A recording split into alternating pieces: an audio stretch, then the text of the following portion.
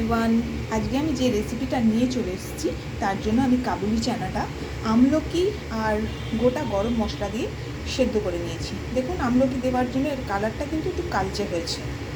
দিয়ে রেখেছি 2-3টে গোটা রসুনও, নুন, হলুদ, সামান্য লঙ্কা গুঁড়ো।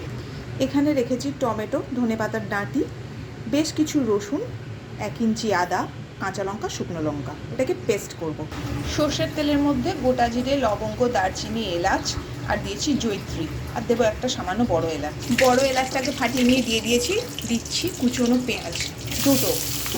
এই মশলার মধ্যে দিয়ে দিচ্ছি জিরে ধনে পাউডার প্রায় 1 চামচ মতো, মিশিয়ে নেব। দিয়েছি রেড চিলি পাউডার, দিয়ে দেবো বেটে রাখা মশলা, খুব ভালো করে কষাবো। দিয়ে দিলাম 1 টেবিল চামচ চানা মশলা, কসুরি মেথি, আর একটুখানি দেব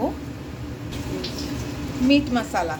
আমি যতবার করেছি ততবার এই মশলাটা দিয়ে রেখেছি, একটা কিন্তু সত্যিই অপূর্ব একটা গন্ধ হয়। দিলাম সামান্য একটু চিনি, যেহেতু এর মধ্যে আমি আমলকি দিয়েছি, আমচুর পাউডার আর দিচ্ছি না। আপনারা আমলকি না পেলে আমচুর পাউডার দিতে পারেন, আর কালারের জন্য চা পাতা ব্যবহার করতে পারেন। ছোলার থেকে জলটা আমি আলাদা করে ফেলে দিয়েছি, কারণ কি ওর মধ্যে খাবার সোডা ছিল, সেই জন্য ওটাকে আমি দিচ্ছি না। কষানো হয়ে গেছে, ছোলাগুলো দিয়ে দিলাম, মশলার সঙ্গে কষাবো। দিচ্ছি আমি আর একটু নুন। এখানে আমি পনিরগুলোকে চৌকো চৌকো করে কেটে রেখেছি, এগুলো দিয়ে দেবো। ছোলে পনির রেডি। বাটার, ধনে পাতা, কাঁচা লঙ্কা কুচি দিয়ে নামিয়ে দিলাম, গরম মশলা আর দিলাম না। এইভাবে বানিয়ে দেখুন ছোলে পনির, আশা করি আপনাদের খুবই ভালো লাগবে।